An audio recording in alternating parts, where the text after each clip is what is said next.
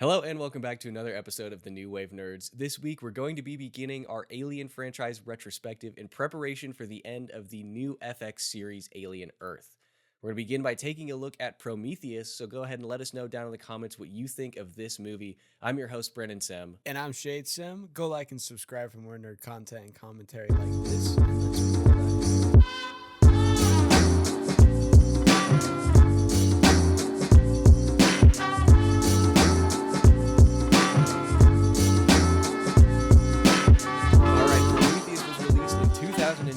And in it, following clues to the origin of mankind, a team finds a structure on a distant moon, but they soon realize they are not alone. The film is directed by Ridley Scott and written by Spaihts and Damon Lindelof, and stars Naomi Rapace, Logan Marshall-Green, Michael Fassbender, Charlize Theron, Idris Elba, and for some reason, Guy Pearce. Now, as always, we're going to begin with a brief non-spoiler review. Shayde, what did you think of Prometheus? It was very fun at the start. Then It kind of started evolving into something a little sad, mainly with the CGI and partly the acting. Yeah, I mean, I agree. I don't know if this movie definitely didn't quite live up to my hopes. I had heard that this was one of the least beloved of all of the Alien franchise, but I came into it hoping that everybody was going to be wrong. And unfortunately, I don't think they were. I think it's a pretty weak movie. The story is fine in some places, weird in some others. And like you said, I think a lot of the acting in this movie is just not up to par. I feel like this movie would be a little better if you went into it not knowing that it's part of the Alien franchise.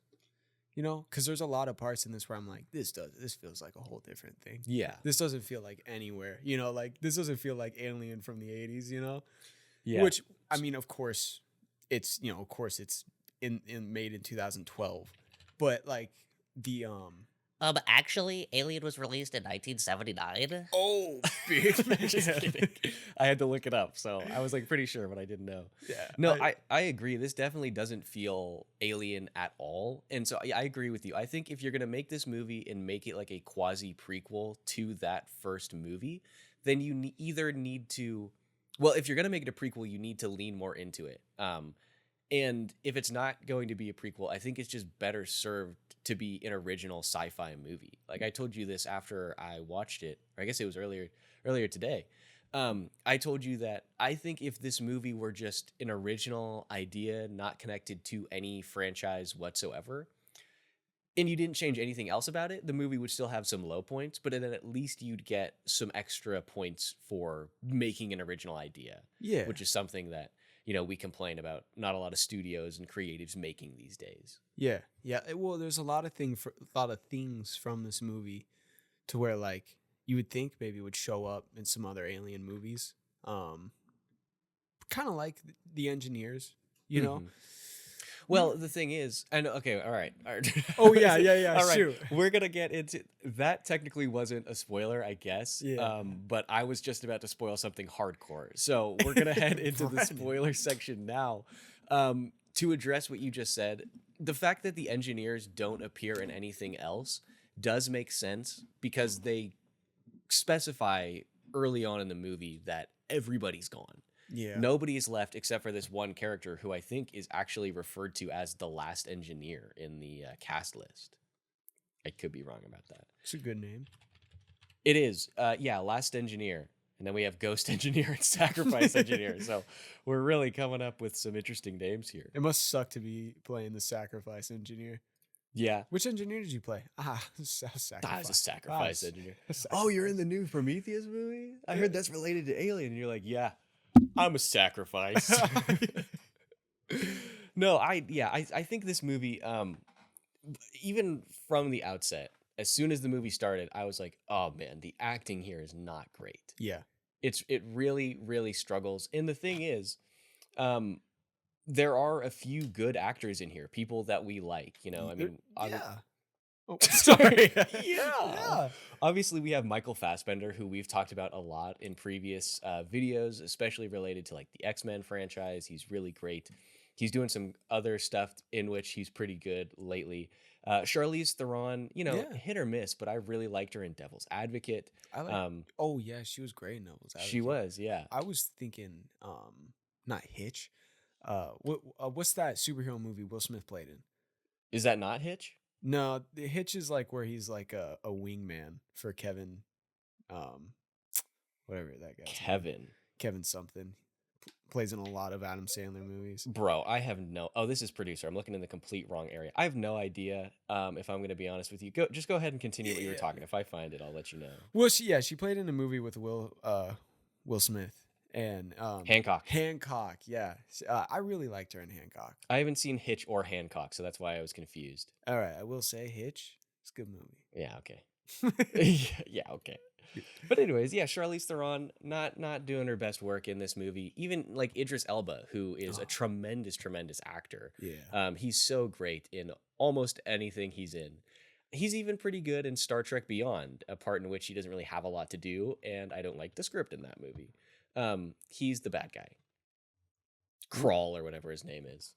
Star Trek Beyond? Yeah, Star Trek Beyond. That's the third Abrams movie. I mean, it's not directed by Abrams. It's the third Kelvinverse movie. Man. Yeah, anyways, he is not great in this, and that's not entirely his fault per se. Crawl, yeah, I was right. Okay. He's the main bad guy. What race? He's like a weird white alien thing, and then remember at the end of the movie he like gets cured and he turns back into mostly Idris Elba but still with some prosthetics. Oh yeah. Yeah. Anyways, sorry. In this movie he's doing some weird accent. It's like he's supposed to be like a Southern man, but sometimes his like, good British gentleman nature sneaks in, and I was like, man, just play yourself. Like the role would have been so much better if you weren't trying to be a Southern man. If you have a hard time doing a certain accent as an actor, you got to find something else, because that takes away so much. Definitely. I mean, it pulls you out of it. I mean, like, and there are times when you don't notice, obviously, like Benedict Cumberbatch and staying in the MCU, Idris Elba, Benedict Cumberbatch and Tom Holland can do American accents, and you don't notice. It's the type of thing where it's like when you hear him in interviews, you're like, oh, you're British? Yeah. But in this case, with Idris Elba, it's like, what are we doing here? And especially because there's no real purpose for him to be a Southern man. Like, he doesn't even make reference to the fact that he was like, I don't know, born in Alabama or anything. The closest thing is that, like, I guess he has an accordion. Oh. For like one scene, which is maybe a Southern instrument for like blues and stuff. Yeah. But anybody can play the accordion. It's not relegated just to Southern people. I could rock the accordion. I would love to see that. I had to think about what an accordion was. If you want us to do a series where Shayde learns to play the accordion, comment down below. Learns to play the accordion. Brother, I told you I can play the accordion. Oh, sure, yeah. And then to round out the cast list of people who are unimpressive, I just want to talk about Guy Pearce here. Why is this Guy Pearce? So he's playing Peter Wayland. Now, if you're a fan of the Alien franchise, that last name will most certainly ring some bells. He is, at this point, I guess, like this, I don't know if he's the founder, but he's the CEO of the Wayland Corporation, which at this time, I don't think, if I remember correctly, they don't mention Wayland Yutani. It's just Wayland, right? Yeah. But he's playing like a 90-year-old man. Why is Guy Pearce in really, really bad prosthetics? Yeah. Like, as soon as that happened, I was like, is this guy like 25? Why does he look so bad? But no, it's just Guy Pearce in terrible prosthetics. You could easily get an old man to play that part. He's very minimal in the movie. Honorable mention, Benedict Wong. Hey, I thought you were going to say something. I wanted to say one more thing about Guy Pearce. I thought you were going to mention the fact that he's an old man and continue down that rabbit hole. Oh, shoot. Sorry. Before we move on, because I did want to talk about Benedict Wong.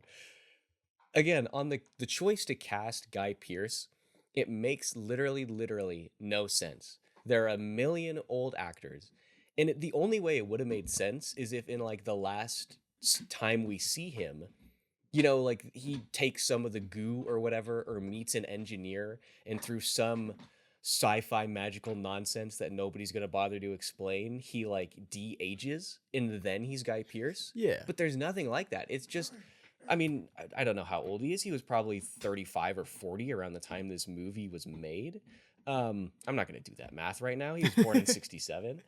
he's a young man, and they just put him in terrible prosthetics. He was born in 67? That's what IMDb says. Holy crap, he looks good.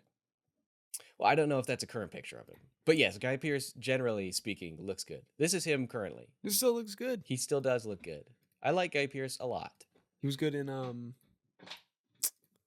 you gonna say Iron Man 3? no. No. LA Confidential? Memento is Memento. Yes. I would say Metamorpho. Metamorpho? The Changing Man? Yeah. That was Anthony Carrigan. Sorry. Guy Pearce would have done better. Yeah. But how much are you gonna pay Guy Pearce for 5 minutes of screen time, you know? I love people who have the name Guy. Yeah? What's up, Guy? Hey, Guy. Have you seen LA Confidential? No. You no, haven't lived. no. That's okay. It's a good movie. Yeah, I have never seen that. It's a classic neo-noir staple. Anyways, back to Prometheus. So, yes, you mentioned Benedict Wong. Yes. Shout out. He changed a lot in the time between this movie and Doctor Strange. Yeah. And that's all I'm going to say about it. But I was glad to see Benedict Wong. He's great. I can't believe you just dogged on him so subtly. You didn't need to call attention to it. I'm just saying. It was like, I mean, when did Doctor Strange come out? 2017? I mean, come on. 2017, 2016? 2016. Was it really the same year as... I'm very impressed. It's the same year as Civil War. Wow. What a good year for movies. What a good year. You made that joke last time on the Watchmen episode when you were talking about Batman v Superman. But really, what a good year for superhero movies. Just what a good year. Music, too. I can't think of a single thing that came out in 2016. Some good Bruno Mars stuff. So back to Prometheus. We're not going to talk about Bruno Mars. Okay. So I mentioned I really didn't enjoy this movie that much. Yeah. The whole story conceit is an interesting concept. Obviously something that like people have been writing books about literally for at least 60 years. Sort of a vaguely similar idea, I think, to what is in Chariot of the Gods, which is a book that Jack Kirby really, really liked. Here we go, 1968. It's a book that Jack Kirby really liked, and it was the basis for a lot of his New Gods mythology. Fun fact. Oh, cool. Anyways, so it's like an idea that's been circulating around in just people's brains for however long. So it makes sense to make a movie about it. But they don't really bother to explain any of it. Like they don't really bother to explain the actual purpose of why this team is sent to this moon in the first place. Yeah. Yeah, sorry. Yeah, no, I agree. There's a lot of like loose ends in this movie that kind of frustrate me. This is kind of a random thing, but one thing that kind of made me chuckle every time it came on screen was their flashlights. And I think it's a little silly that the concept of their flashlights is that they're just 3 flashlights taped together. That's what makes them so futuristic. Oh, I didn't even pay attention to that. Yeah, I'm not gonna lie. Well, I don't know. I saw that and I thought that was so funny. Yeah, well, I mean, you gotta do what you gotta do. I Like, guess, yeah. make things look fun. Most people aren't gonna recognize that. Speaking of the technology, one thing that they had in this movie for literally only like the first couple scenes, that didn't really it didn't really play any impact throughout the thing. They tried to reference it a couple times and I don't think it worked. But when everybody is in stasis, not stasis, in stasis, and Michael Fassbender is walking around the crew, around the ship, and he's got that big helmet on where he can see Elizabeth Shaw's, Naomi Rapace's memories. I hate the way that they make the memories look. Yeah. Like, I understand the point of like, you're trying to show that this is like futuristic tech, but not so far removed. It's supposed to be like late 21st century advanced tech, something that could theoretically be possible, 70 years from now. And so you don't want to make it look crystal clear. But I hated the effect actually seeing it. Yeah. It was bad, in my opinion. A lot of the flight effects really frustrated me in this too. Mm-hmm. Well, I mean, that's the whole... Go ahead. Well, I mean, oh, sorry. I'm leaving it in. I've been getting Brennan a lot of struggle. I'm leaving it in. I know. I'm leaving it in. So the Alien movies, I mean, they're based in space. Space. Space. So, you got to have some good ship CGI. I would say you got to focus on that a lot. Well, frankly, I'm going to say the ship CGI is probably the best CGI in the movie. Okay, yeah. You know what I mean? Yeah. Like it doesn't look that bad. Some of it holds up. Like especially when we're in the spoiler section when we've got the scene at the end where the big old ring that kind of looks like a Trade Federation ship from the Clone Wars is taken off with the space jockey who's going to, I don't know, destroy Earth or whatever it's supposed to be. When that is taken off and when the Prometheus, which is the team's ship, when it collides into it, I think it looks pretty good. Yeah. And then the effect of the Trade Federation ship falling down, I think looks pretty good too. I thought set design was very good for this. I think it more or less was. You know, especially in the ships. Yeah. I'm always interested on how they're going to make the inside of ships look, like with Star Wars, Star Trek, just sci-fi movies in general. And I thought they did pretty good with this. I think they did too. I feel like on the Prometheus, it more or less kept that same tone of the first one, where it's like everything's kind of cluttered. But in this, it's a little bit nicer because the idea is that this is like an official team, an official sanctioned mission with like the person who's the daughter of the CEO on the ship. So you want it to be nice. I did like more or less the set design of the alien city, place, ship, whatever. It still feels in a lot of cases very H.R. Geiger inspired, who is the artist who came up with the concept for the alien, the xenomorph and stuff. And I saw that the reason that a lot of it looks like that is because they brought H.R. Geiger in to help them like logically back engineer some of the stuff. So it felt like a step backwards from the original designs, which I think is smart. Oh, okay. Lucky that he was alive. Yeah.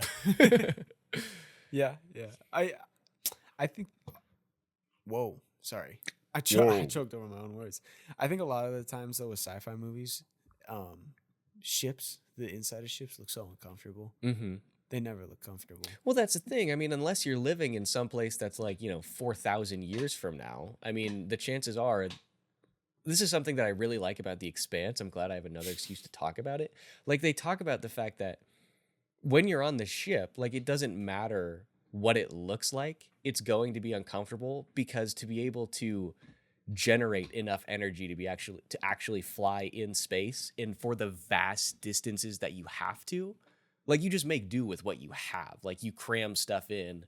Space is definitely a valuable resource. Oh yeah, I would just like to be in a comfortable chair while taking like 1,000 G's to the face. You know, what I mean? Bro, 1,000 G's would literally explode you into a million pieces. Well, that's hyperspace.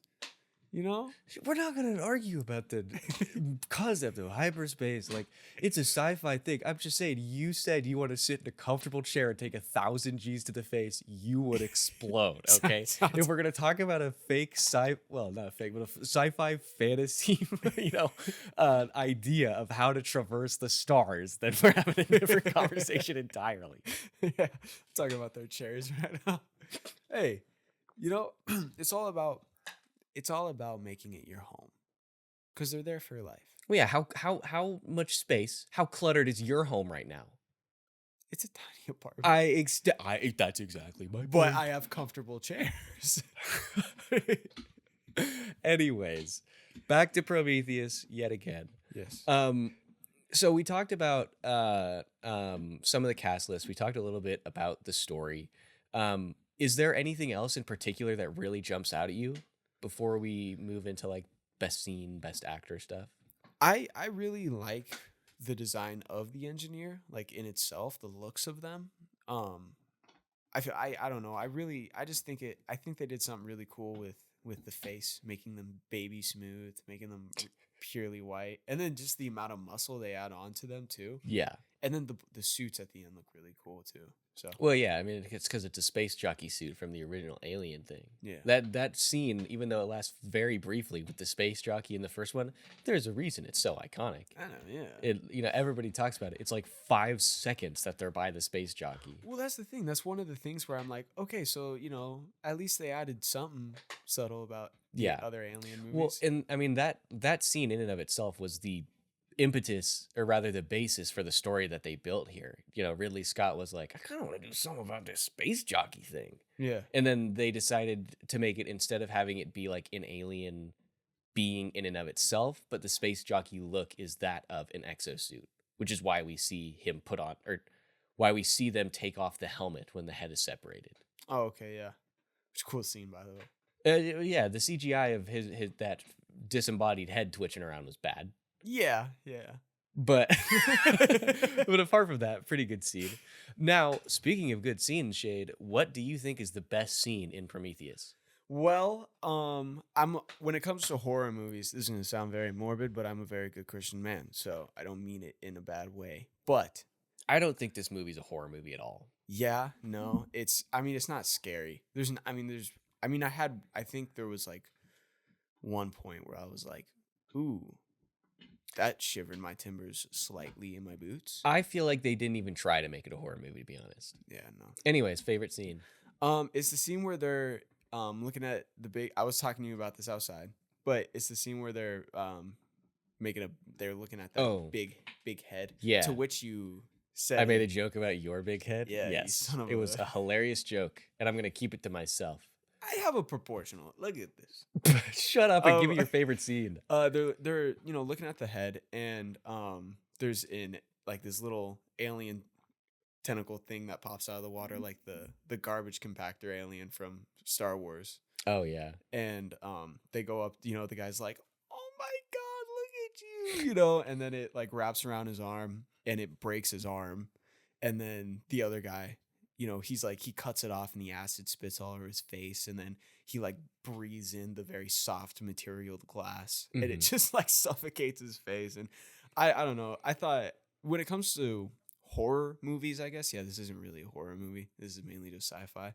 But when it comes to somewhat spooky movies or trying to be spooky, I guess, I'm very invested on how they make the death scenes, if they're going to be ridiculous, stupid to watch, or if they're going to be really cool and be like, okay, that was a sick way to go.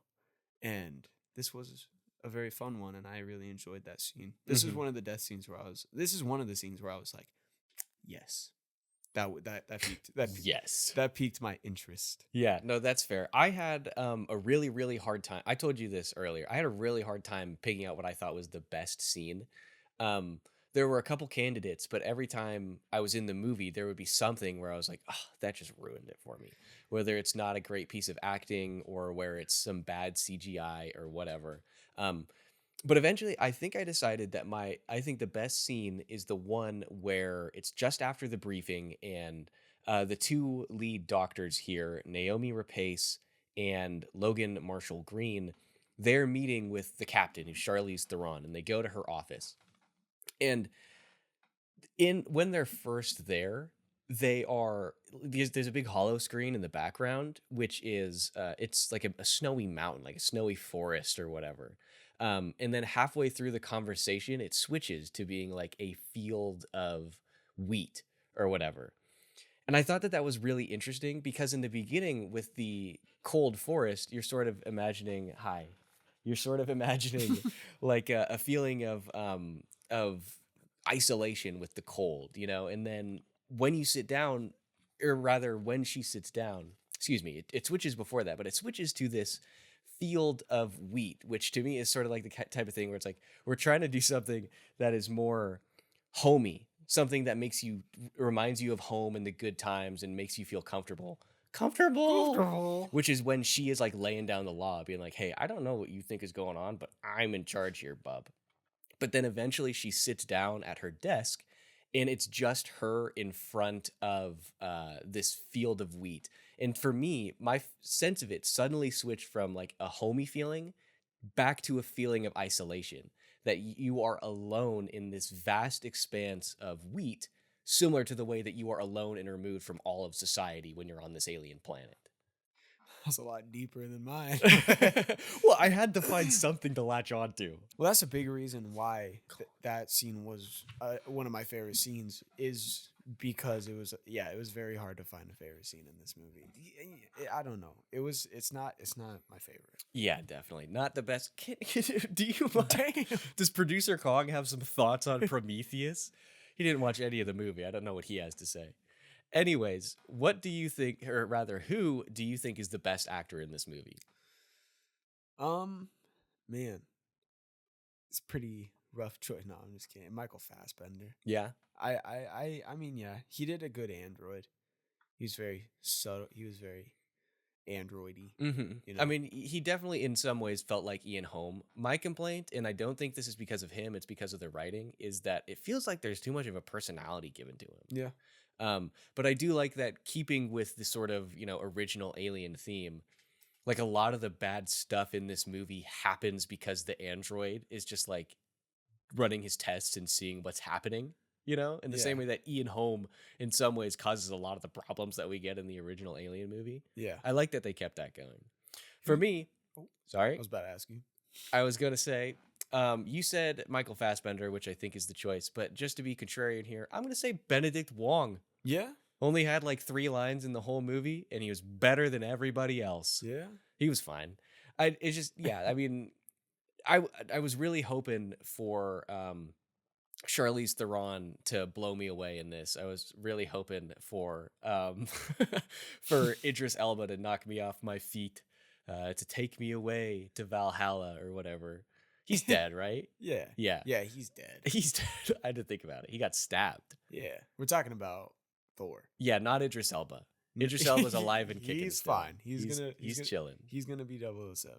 I don't think so. No? Nah, I think the perfect time for him to be 007 was like 5 years ago. Fair point. I mean, he might be getting up there a little bit. I think I mentioned his name once an episode now, but Henry Cavill. Yeah, I mean, I can see it. But I hope it's not Tom Holland. Oh my which is a big God. rumor that I've been hearing. I hope it's not him. That would be horrible. Yeah, it would.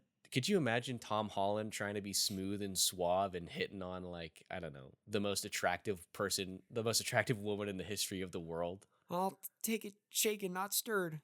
Bond. James Bond. You know? That's not what Tom Holland sounds like. But yeah, no, he definitely, I don't think he's got that. He doesn't have that in his repertoire, which is fine. Yeah, no. Not every role is for every person, whatever. Yeah.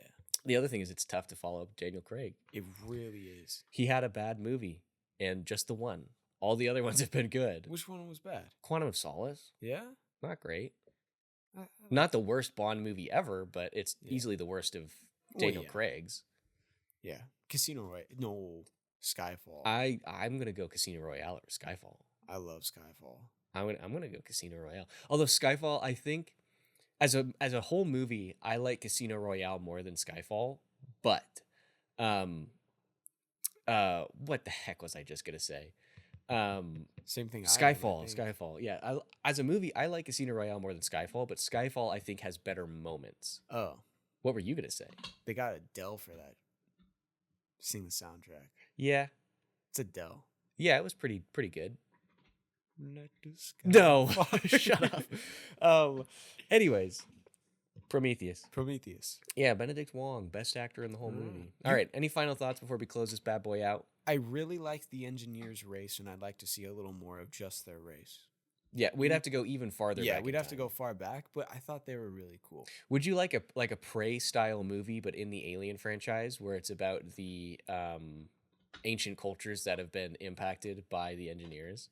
Yeah, you got me smiling when you said that, so yeah. Yeah, That would be cool. that's funny because I think that's a horrible idea, All right. and I came up with it. I don't care. I think that's a horrible idea, personally. I I think would that'd not be like cool. to see that. I think going back in time and doing prequels is what, like, sort of, it costs the franchise a little bit. Yeah, I could see that, but I also think it'd be cool. I'm of the opinion that I don't think that you should do anything before the original Alien movie. Okay. Which, now that I say that, I'm not 100% sure where Alien Earth falls in the timeline. I think it might actually be before the first one. Oh, okay. I don't necessarily remember. And Romulus was like Immediate, like, basic. It's between 1 and 2, I think. okay. I'm fairly certain. Anyways, yeah, I think that's where we're gonna end things. Yeah, okay, hang on. Sorry, I was gonna end it, but yeah, Alien Earth is before the first Alien, Okay. by 2 years. Cool. Cool. No, I disagree with that personally. I definitely think that you shouldn't release anything that's before the original one. Yeah. That's just my opinion. Whatever, And then just to finish out this timeline, Alien Romulus is exactly 20 years after the first Alien. Okay. And then Aliens is like 37 years. My math right? 37 years. I got a headache, guys. Give me a break with the math here. 37 years. Dang, she's looking good for 37 years. Sigourney Weaver? Yeah. Bro, Sigourney Weaver is Wiener. Sigourney's wiener, bro. Sigourney Weaver is a dime piece right now. She is. I don't know. No idea how old she is. All right. Before 49. She's like 20 years older than Guy Pearce. Anyways. All right. We are definitely going to end it there, but the discussion is not stopping here. We're gonna do an extra 20-minute discussion continuing the Alien conversation, specifically talking a little bit about Alien Earth, which neither of us have seen yet, but just the general concept of Alien as a TV show. But to hear that, you're gonna have to go subscribe over to our Patreon at patreon.com/newwavenerds. Yes. I thought you were gonna say a little bit more there. Anyways, I'm very excited. Yes, it's going to be a lot of fun. Yes. It's going to be a very different type of conversation, and we are excited to have more just general discussion things rather than, review-based content. But again, to see that, you have to go subscribe at the Patreon, and we will see you guys back here next week to talk about the next movie in the timeline of Alien Covenant.